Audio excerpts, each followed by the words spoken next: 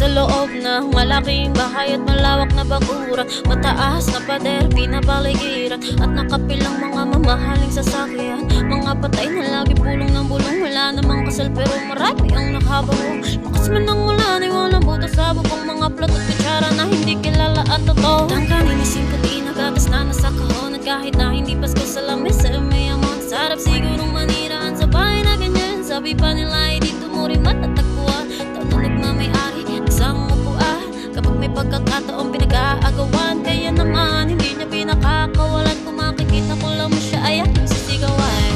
Oh, na nakaupo, subukan nyo naman tumayo,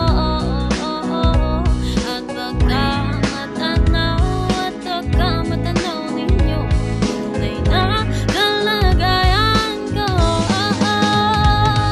Mawalang galang na boss sa taong nakaupo. Alam niyo bang pantakal ng bigas namin ay tipong o ang tingning ng bahay namin ay pinatagpitag-pingero. Sa gabi sobrang init na natutunaw na yelo na di kayang bilhin na panglagay sa inom. Pinakulong tubig sa lumata ko ring muli-muli, gamit ng panggatong na inanod lamang sa estero na nagsisilbing kusina sa umagay. May banyo ang aking inay na may kayaman ng isang kaldero na nagagamit lang pag ang aking amay sumweldo. Pero kulang pa rin ulam na tuyo tasin ng 50 pesos sa maghapon kasyahin. Di ko alam